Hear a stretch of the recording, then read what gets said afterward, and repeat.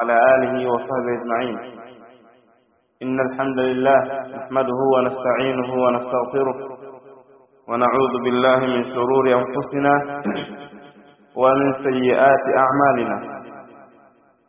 من يهده الله فلا مضل له ومن يضلله فلا هادي له، وأشهد أن لا إله إلا الله وحده لا شريك له، وأشهد أن محمدا عبده ورسوله صلى الله عليه وعلى آله وصحبه أجمعين ومن تبعهم بإحسان إلى يوم الدين وسلم تسليما كثيرا. أما بعد، أوصيكم ونفسي بتقوى الله عز وجل، فقد فاز المتقون. يا أيها الذين آمنوا اتقوا الله حق تقاته ولا تموتن إلا وأنتم مسلمون. يا أيها الناس اتقوا ربكم الذي خلقكم من نفس واحدة وخلق منها زوجها وبث منهما رجالا كثيرا ونساء، واتقوا الله الذي تساءلون به والأرحام إن الله كان عليكم رقيبا. يا أيها الذين آمنوا اتقوا الله وقولوا قولا سديدا يصلح لكم أعمالكم ويغفر لكم ذنوبكم، ومن يطع الله ورسوله فقد فاز فوزا عظيما. أما بعد، أحبتي في الله، أوصيكم ونفسي بتقوى الله عز وجل، فقد فاز المتقون. ndugu zangu katika imani, baada ya kumshukuru Allah subhanahu wa ta'ala na kumtakia sala na salamu mtume wetu Muhammad alayhi salatu wassalam, awali yote kila muislamu anatakiwa atambue wajibu na ulazima wa kumwogopa Allah subhanahu wa ta'ala na kushikamana na kufungamana na yale yote ambayo Allah ameamrisha na yale yote ambayo Allah ameyakataza kujiweka nayo mbali. Leo biidhnillahi ta'ala tutaondoka na kauli ya Allah subhanahu wa ta'ala. Allah aliposema Alif Lam Mim أحسب الناس أن يتركوا أن يقولوا آمنا وهم لا يفتنون ولقد فتنا الذين من قبلهم فليعلمن الله الذين صدقوا وليعلمن الكاذبين. الله سبحانه وتعالى نسمع ألف لام ميم، الله أعلم بمرادها. Herufi hizi tatu Allah ndiye mtambuzi wa maana yake, pamoja na kuwa baadhi ya wanawazuoni wamepita kwa mapito mbalimbali, lakini kauli inayoonekana ina nguvu ni kusema Allahu a'lamu bimuradiha. Allah ndiye mtambuzi zaidi wa maana ya haya maneno. Allah ndiye mtambuzi zaidi wa maana ya hizi herufi tatu Alif Lam Mim. Ahasiba an-nasu an yutraku, hivyo nadhani watu wataachwa an yaqulu amanna, waseme kuwa tumeamini, wa hum la yuftanun, na wao hawatutahiniwa. Maana yake ni kwamba watu hawataacha bure bure bila ya kuingizwa katika majaribu, lazima watahiniwe. Liyafuza minha alfaizu wa yakhsara minha alkhasiru, ili afaulu mwenye kufaulu na apate khasara mwenye kupata khasara, kulingana na vile ambavyo anaamiliana na maamrisho ya Allah subhanahu wa ta'ala na makatazo yake Allah subhanahu wa ta'ala. Ahibati fillah, tupo katika zama za fitna, na hasa sisi ambao tupo katika nchi hii, nchi ya Tanzania, tunalengwa na hizi fitna usiku na mchana, na shetani almal'un Ibilisi yupo kazini katika kuangaisha akili za watu, kuleta aina tofauti tofauti za fitna. Fitna kuwafitinisha wananchi na watawala wao, fitna kuwafitinisha wanadamu na dini zao, kuwafitinisha Waislamu na Uislamu wao. hizi fitna Allah subhanahu wa ta'ala mwenyewe ameshahidi kwamba lazima zije kwa watu ili aweze kutambulikana ni nani mkweli ni nani mrongo. Allah anasema walaqad fatanna alladhina min qablihim, na kwa hakika tayari tushawatahini wale ambao walikuwa kabla yao. Ina maana sisi kama hivi sasa tupo katika fitna, basi kuna wenzetu ambao tayari nao walishapita katika fitna kama hizi au kubwa zaidi ya hizi. walaqad fatanna alladhina min qablihim falaya'lamanna Allahu alladhina sadaqu, na kwa hizo fitna, kwa hiyo mitihani na majaribu mbalimbali ambayo wanadamu wanayapitia, basi watambulike wale ambao wanasadikisha amri za Allah subhanahu wa ta'ala na kuzifanyia kazi. wala ya'lamanna alkadhibin, lakini pia watambulikane wale ambao wanakadhibisha maamrisho ya Allah subhanahu wa ta'ala na hawayafanyii kazi maamrisho ya Allah subhanahu wa ta'ala, bali kibaya zaidi hawajikatazi na makatazo ya Allah subhanahu wa ta'ala. Allah anakataza watu wasifanye moja mbili tatu, mtu anafanya bila ya kujali, bila ya kuhofu. Kwa hiyo hii ni fitna ambayo Allah subhanahu wa ta'ala ameahidi lazima iwakute waja wake. Ewe Muislamu, tumsikilize Mtume sallallahu alayhi wasallam anasema tu'radu al-fitanu 'ala al-qulubi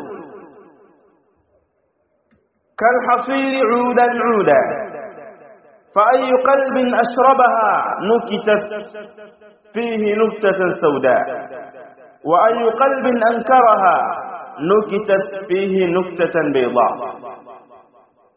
Mtume sallallahu alayhi wasallam anasema, na hadithi kaipokea al-Imam Muslim, turabu al-fitanu ala al-qulubi. Angalieni taabiri ya Mtume sallallahu alayhi wasallam, fitna zitapelekwa moja kwa moja mpaka katika nyoyo za waja.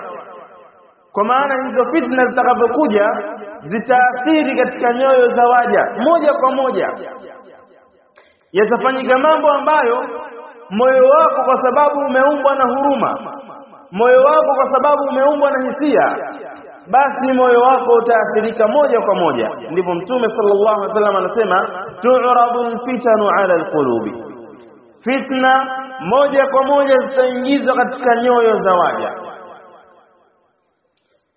Kalhasiri, zitatandikwa katika mioyo ya waja kama vile mikeka. Udan uda, moyo baada ya moyo mwingine. Ina maana kila mwanadamu fitna hii itamfikia, na fitna hii moja kwa moja inaingia katika moyo wa mwanadamu. Angalieni hivi sasa taharuki iliyokuwepo katika nchi yetu kwa watu kuingiliwa na fitna katika nyoyo zao.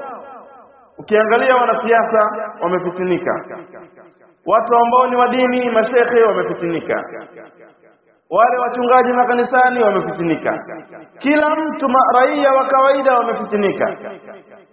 Kwa hiyo Mtume alayhi salatu wassalam anatuambia inaingizwa katika nyoyo za waja fitna moyo baada ya moyo mwingine, na hii fitna inatandikwa katika moyo wa mwanadamu.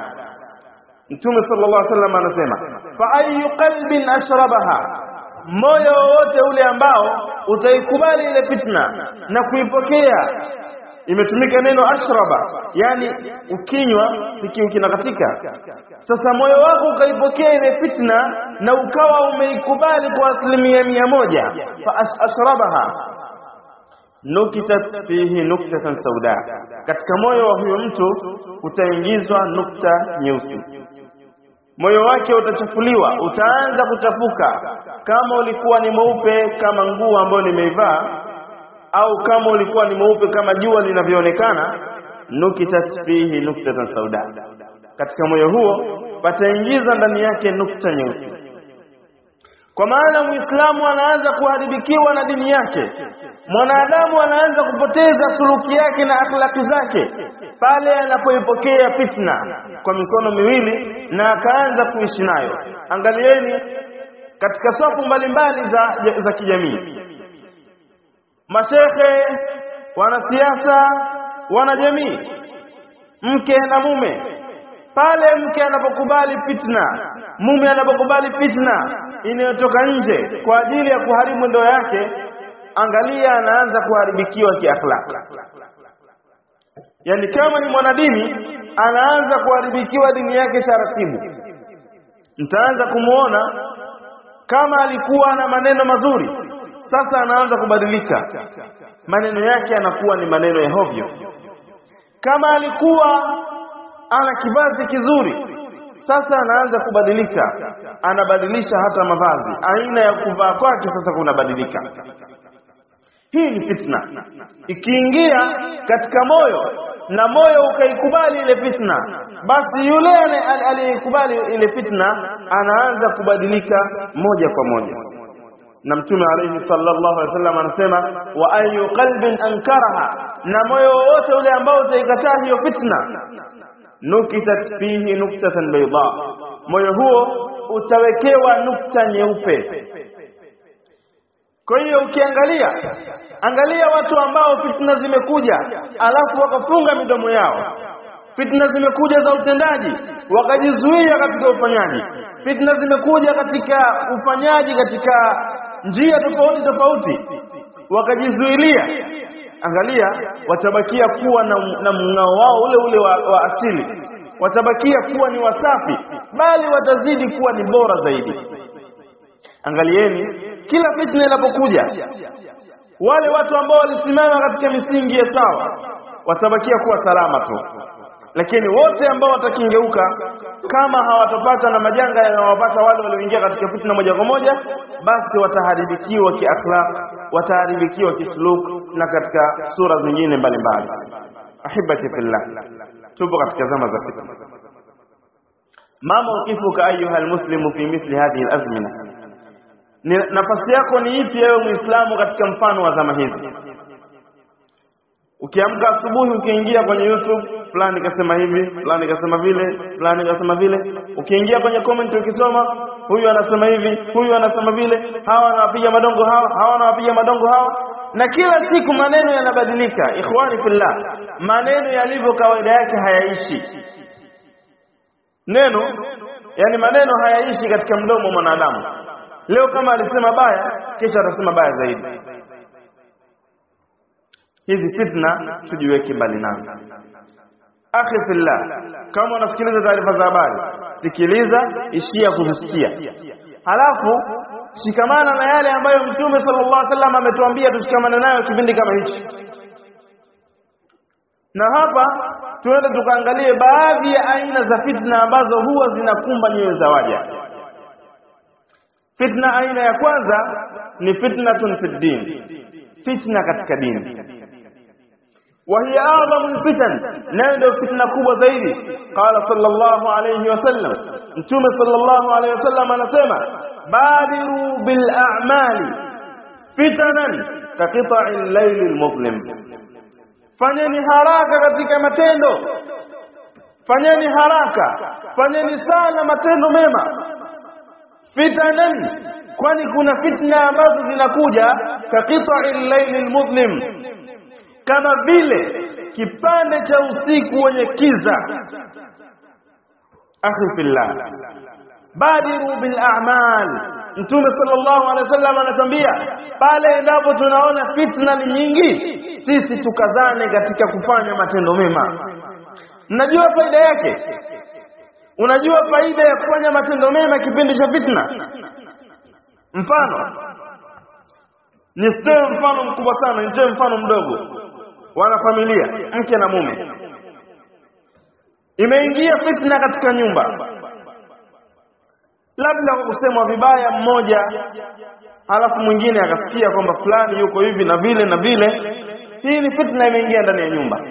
Huyu mmoja akaamua kutojishughulisha na fitna hiyo, akaona bwana, mimi kwa sababu nimetuhumiwa, ngoja nijikurubisha kwa Allah subhanahu wa ta'ala. Akasoma Qur'ani kwa wingi, akafanya adhkari kwa wingi, akafanya sana qiyamul layl. Mwenyewe utaona sheitani namna gani atakapokaa mbali na huyu mtu, bali tayari anakuwa asajiepusha na kuongea maneno yasiyofaa, ashajiepusha na kufanya vitendo visivyofaa, ashajiepusha kuiharibu na kuivunja heshima yake, kwa sababu tu baada ya kuja fitna alielekea katika mwongozo wa Mtume sallallahu alayhi wasallam, badiru bil a'mali fitana, fanyeni matendo mema, kimbilieni katika matendo mema, fitanan, zinakuja fitna kaqita'il laylil mudlim, kama vile vipande vya usiku wenye kiza kizito. Kwa hiyo huu ni mwongozo wa kwanza wa Mtume sallallahu alaihi wasallam pale tunapopata fitna katika dini zetu. Lakini pia kuna fitnatul mali, fitna katika mali.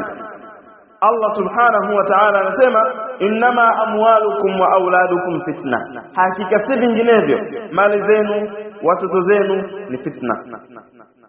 Lakini pia kuna fitnatul nisa, napita haraka kwa sababu sio lengo langu hili. Lakini pia kuna fitnatul nisa, kuna fitna za wanawake. Qala an-nabiy sallallahu alaihi wasallam, Mtume alayhi salatu wasallam anasema ma taraktu ba'di fitnatan adarra 'ala ar-rijali min an-nisa, sikuacha baada yangu fitna ambayo ina madhara makubwa zaidi kwa wanaume kama fitna ya wanawake. Hadithi ipokea Imam al-Bukhari wa Muslim. Namba 4, fitanu shubuhati wal afkari al-munharifa. Na mimi leo niko hapa fitna ya shubhati mbalimbali, shubha katika fikra ambazo zimepondoka, wa hiya allati tufsidu alquluba, na hizi fitna au hizi shubha ndizo zinazoharibu nyoyo za waja, bismi dini au alhurriya, kwa jina la dini au uhuru. Hatusemi kwamba nchi yetu ina uhuru wa kujieleza, nchi yetu ina uhuru wa kuabudu, kiuhalisia ndio hivyo, lakini kuna fitna ambazo zinajitokeza katika maeneo kama haya. Watu wanapodai kwamba hii ni dini, na watu wanapodai kwamba huu ni uhuru wa kujieleza, huu ni uhuru wa kuabudu. Angalieni uhuru wa kujieleza ni namna gani ulivyowaathiri watu. Watu wamejieleza, naam, wamejieleza, wametoa aibu zao kwa jamii, kwa sababu hizi ni aibu. Yani wewe kuzungumza mambo yako wewe na bosi wako ni aibu yako hiyo. Unapoiweka mbele za watu, kwanza umejishia heshima wewe, pili unatafuta nini kwa yule mtu ambaye ni mkubwa wako? Ni kitu gani unachokitafuta wewe kama Muislamu, wewe kama Mtanzania, wewe kama mwanadamu? Hautakiwi Muislamu, hautakiwi mwanadamu wa aina yote, uwe Muislamu, uwe mpagani, uwe Mkristo, uwe nani, hautakiwi kuingia katika fitna kama hizi, ukawa una mawazo ambayo yanapondoka, mawazo ambayo yatakusababishia baadaye kuingia katika madhara. Na ndio maana Allah subhanahu wa ta'ala katika miongozo yake mikubwa ni watu kufunga ndimi zao. Kwa hiyo hapa katika hurriya, shubha mbalimbali na afkari ambazo zinawapelekea watu kuingia katika matatizo haya, ni katika mambo ambayo watu wanatakiwa wajiepushe nayo mbali, kwa sababu kama tukisema kukosoa uongozi, sheria ya Allah subhanahu wa ta'ala imeweka misingi ya kukosoa uongozi. Kumkosoa mtu ambaye ana nafasi katika jamii, sheria ya Allah subhanahu wa ta'ala imeweka misingi madhubuti ya kumkosoa huyo mtu ambaye ana nafasi katika jamii. Na lau kama watu wangefuata misingi hiyo, wangefuata kanuni hizo, basi wangejikuta wanabakia salama. Lakini angalieni fitna ilivyokuwa mbaya. Allah subhanahu wa ta'ala anasema wal fitnatu ashaddu min al-qatl, na fitna ni mbaya zaidi kuliko hata kuua. Yani leo ukiua utauawa alafu basi, lakini fitna inaanza kasirarin, kama vile cheche ya moto. Lakini hebu angalia cheche ya moto inapoangukia kwenye nyumba ya nyasi inafanyaje? Tulikul baita kullahu, inaiangamiza nyumba yote. Na hii ni kesi moja tu ambayo kesi hii wewe ulikuwa ukitarajia kwamba ni maneno tunayasema hayana madhara aina yoyote, lakini kiuhalisia madhara yake ni makubwa.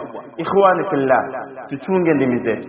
Barakallahu li wa lakum bil Qur'an azim wa nafa'ani wa iyyakum min al ayati wa dhikril hakim. Aqulu ma tasma'un wa astaghfirullaha al azim li wa lakum fastaghfiruhu innahu huwal ghafurur rahim wal barrul karim.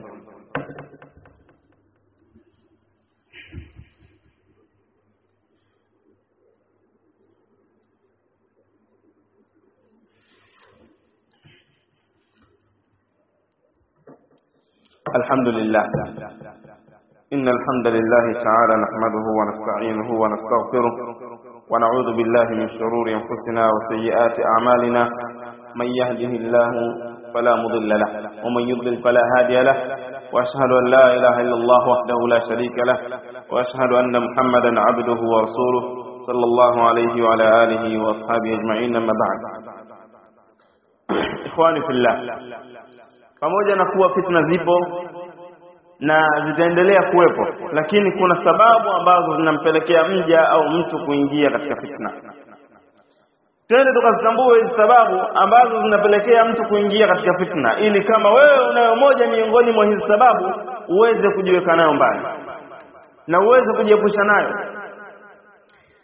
Asbabu alwuqu'i fil fitna, sababu za kuingia katika fitna. Ya kwanza ni dhaifu al-imani wa qillatu al-ilmi, kuwa na imani dhaifu na kuwa na maarifa madogo. Hivi mnatambua ya kwamba hata kama ni elimu ya sekula, lakini ukiwa na ufahamu mdogo, wewe kuingia katika matatizo ni jambo la kawaida. Sawa? Hapa ni dhaifu al-imani, kwanza kuwa na imani dhaifu, lakini pia wa qillatul ilmi, kuwa na maarifa madogo. Waarabu wanamsema wao, wanasema qillatul ilmi sumumun, uchache wa elimu ni sumu. Unaweza ukawa na elimu PhD, sawa, umechukua degree ya kwanza, ya pili, ya tatu, ukawa profesa, sawa, lakini ufahamu wako ni mdogo katika kuyaendea mambo na katika kuyapima mambo.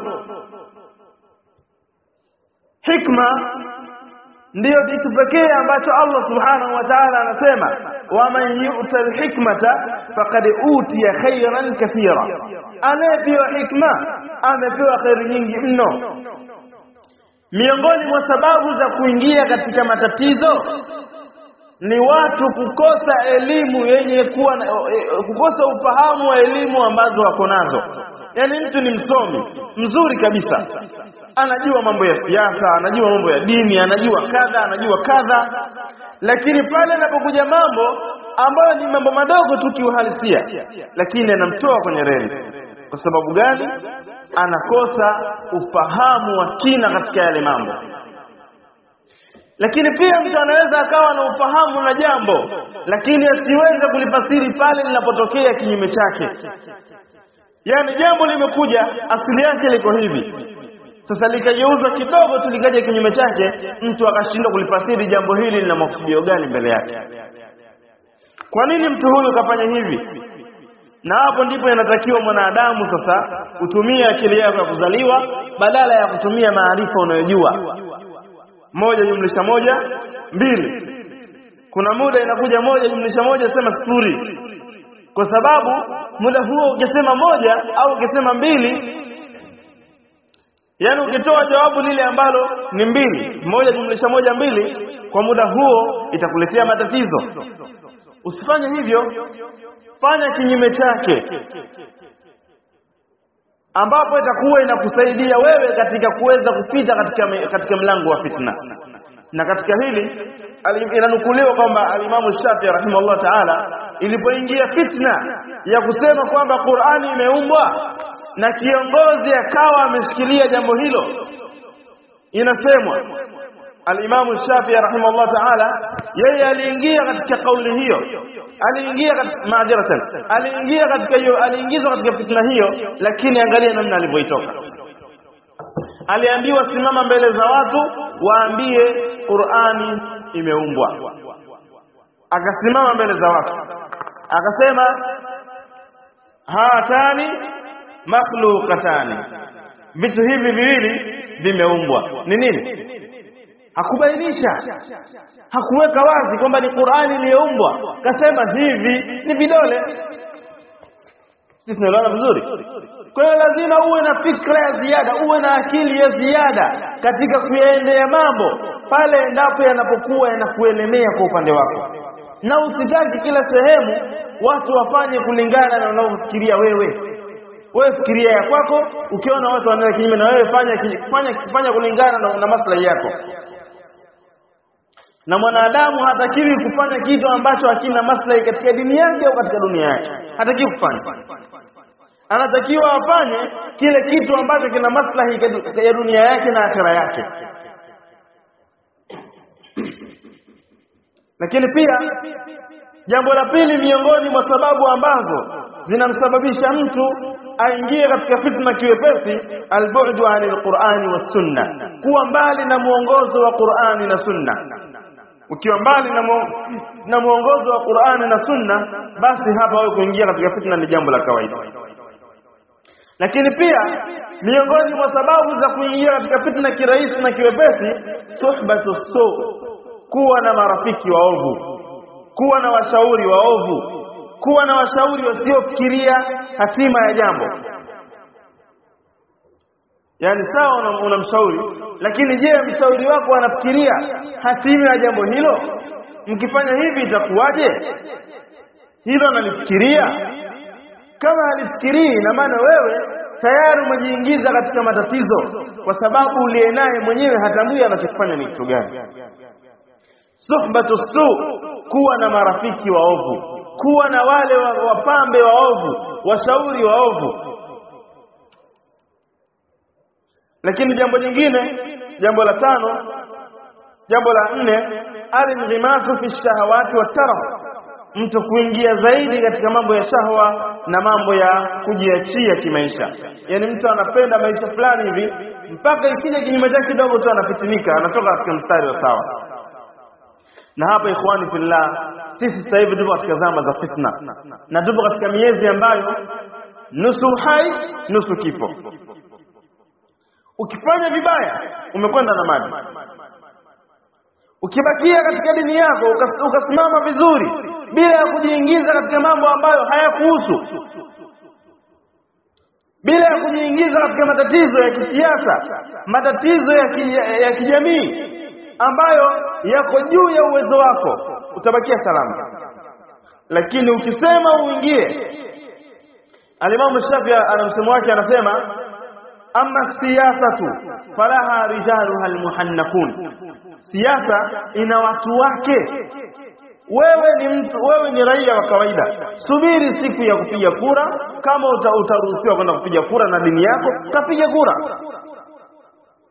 Kama ni kinyume na hivyo, fuata kulingana na mazingira yako yalivyo. Unaangalia usalama wako. Na watu wa usuli wana kanuni, wanasema idha tazahama adad almasalih, au anasema dar'ul mafasidi muqaddamun ala jalbi almasalih. Dar'ul mafasid muqaddamun ala jalbi almasalih. Hii ni kanuni ya kiusuli, kuondosha mafsada fulani ambayo mnayaona kuna mafsada yale pale, mkatumia njia yote ya kuiondosha. Jambo hili linatanguliza zaidi kuliko kuona maslahi yale pale alafu mkayavuta. Yani kuchukua jambo la maslahi na kuondosha mafsada, kinachotanguliza zaidi ni kuondosha mafsada kuliko kuchukua maslahi. Kwa sababu ukiondosha mafsada, maana yake unajua, maana yake ni umeleta maslahi makubwa zaidi. Si umeondosha mafsada, umeondosha uharibifu wa kitu fulani. Ina maana kama umeondosha uharibifu wa kitu fulani, maslahi yatakayokuja baada yake ni makubwa zaidi. Wadidduhu tazahum almafasid yurtakabu aladna min almafasid, na kinyume chake ni mafsada kuwa mengi zaidi. yani mafsada yamepandamana namna hii. Kwa mfano tu, umeenda kwenye kazi hiyo lazima ni wewe, alafu kuna masharti. Unyoe ndevu, usipofanya hivyo sisi tunakuondosha. Unyoe ndevu au skata suruali uburuze, na mambo kadhaa ambayo atakao yafanya. Ni kazi ambayo kazi hiyo lazima uwe wewe, na haya ndio masharti yake. Unafanyaje? Utaacha hii kazi upatane na haya madhara ambayo ni makubwa zaidi, au utaifanya kazi? Unaifanya kazi kwa sababu madhara yake ni madogo kuliko maslahi ambayo unayaendea. Sisi tunaelewana vizuri? Yani ni madhara juu ya madhara, lakini unaangalia haya madhara ni makubwa kiasi gani na maslahi ni madogo kiasi gani. Kama madhara ni makubwa, yaondosha madhara, achana na maslahi. Kama mafsada ni madogo au yamekuwa mafsada ni mengi, alafu kuna madogo na makubwa, yachukue yale mafsada madogo ndio yafanyie kazi. Ikhwani fillah, zama tulizonazo ni zama za fitna. Hatutakiwi kuropoka. Kama ni shekhe, chunga mdomo wako. Kama ni mwananchi wa kawaida, raia wa kawaida, chunga mdomo wako. Usipende kujiingiza katika vikundi. Umekuta watu wanazungumzia kitu fulani na wewe ukajiingiza. Kuna wengine ni mitego tu. Sawa? Hata kama utawakuta watu 10, inawezekana wote hao 10 ni mitego. Ukiingia kimekuramba. Chunga sana. Inasemwa, juzi moja nilikuwa katika usafiri, mtu mmoja akasema, na nukuu maneno yake, sina uhakika kama ni kweli au sio kweli, na nukuu maneno yake. Anasema baada ya kutokea tukio lile la kuharibu rasilimali za nchi, watu kuvunja vioo vya mabasi ya mwendokasi, kuna bwana mmoja yuko kwenye daladala, anaongea na rafiki yake, anamwambia kwamba umeona, baada ya sisi kufanya zile fujo kuvunja vioo, ndio magari mengine yakatoka zaidi. Tusingefanya vile asingekuja. Pale alichukuliwa. Pale kachukuliwa. Sisi tunaelewana vizuri? Yani hakumaliza maneno, kachukuliwa, wameondoka naye. Sasa sio wameenda kumfanya nini huko? Umeona madhara ya kutojichunga kipindi cha fitna. Jichunge wewe Muislamu. Sio Muislamu peke yako, hata kama ni Mkristo, mpagani, kuna wengine sio wanajiita wapagani. Wewe utakavyokuwa na dini yako utakayokuwa nayo, kipindi cha fitna jichunge, kwa sababu madhara yanayojitokeza baada ya maneno huwa yanakuwa ni makubwa zaidi. Sasa tumalizie hotuba yetu kwa kutaja baadhi ya vitu ambavyo vitatufanya tujiepushe na fitna kwa uchache sana, kwa haraka. Jambo la kwanza, al-ihtisamu bi kitabillahi wa sunnati rasulih sallallahu alayhi wasallam, kushikamana na sunna za mtume alayhi salatu wasalam na kushikamana na Qur'ani. Allah subhanahu wa ta'ala anasema, fa'tasimu bihablillahi jami'an wa la tafarraqu, shikamaneni na kamba ya Allah subhanahu wa ta'ala nyote na wala msifarikiane. Hii ndio jambo la kwanza. Jambo la pili, arrujuu ila ulama'i ar-rasikhina 'inda ash-shubuhat, kurudi na kutaka fatwa kwa wanawazuoni waliobobea katika masala hayo wakati wa shubha kama hizi.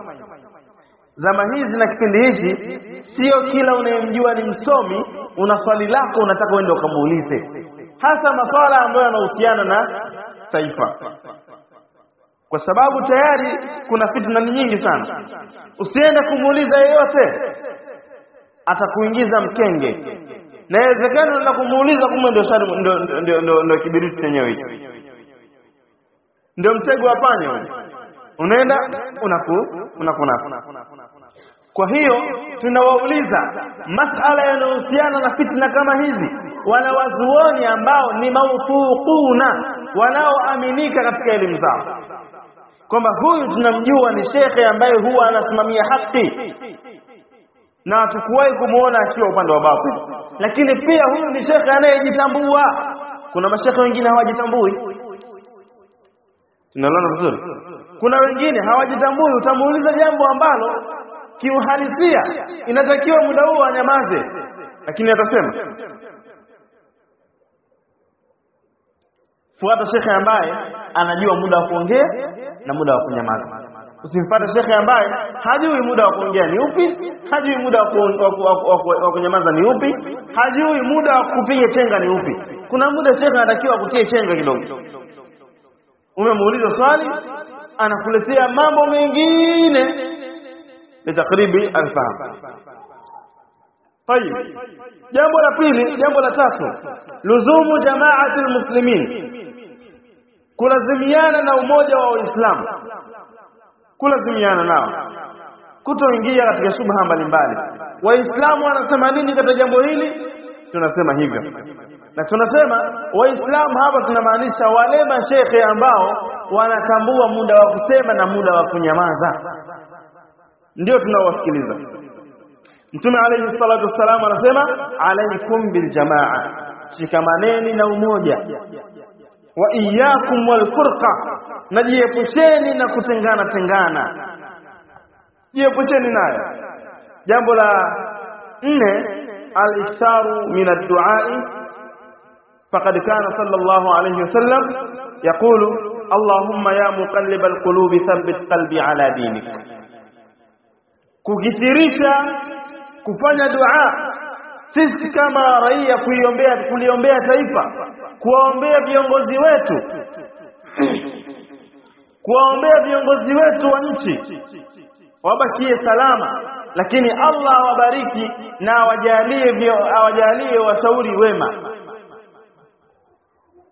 awawekee wale washauri wao wawe ni washauri wema, kwa sababu viongozi hawafanyi isipokuwa kulingana na shauri zao ambazo zinatoka katika cabinet ya washauri, ile mashura, ahlushura katika utawala. Kila utawala lazima wawe na watu wao wa ushauri. Sasa tunamuomba Allah subhanahu wa ta'ala aweze kuwasuluhisha wale washauri wa viongozi wetu, ili na sisi tuweze kubakia salama. Jambo la 5 na la mwisho katika hutuba hii, al-iktharu min at-ta'ati wa dhikrillah fa hiya hisnun min al-fitan, kukithirisha taa mbalimbali na kumtaja Allah subhanahu wa ta'ala, kwani hiyo ni kinga ya fitna mbalimbali. Akhi fillah, ndugu yangu katika imani, Mtume sallallahu alaihi wasallam anasema badiru bil a'mali fitanan ka qita'il layl al-mudlim, kimbilieni matendo mema kipindi ambacho fitna zinakuja. Pale mnapoingiliwa na fitna, kimbilieni katika matendo mema, kwani fitna hizo zinakuja kama vile vipande vya usiku wa kiza. Allahumma ya muqallibal qulubi thabbit qulubana ala dinik, Allahumma ya muqallibal qulubi thabbit qulubana ala dinik, Allahumma ya muqallibal qulubi thabbit qulubana ala dinik, Allahumma aslih wulata amrina, Allahumma aslih wulata amrina, Allahumma aslih wulata amrina, Allahumma aslih wulata amrina, Allahumma ij'alhum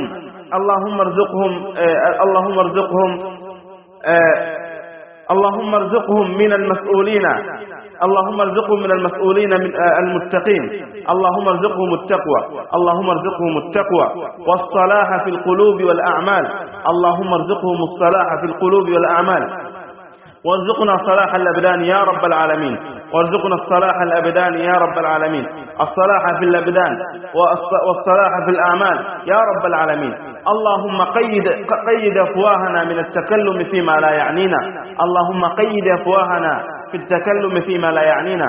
Ewe Mola wetu, tunakuomba utukinge kuingia katika mambo yasiyotuhusu.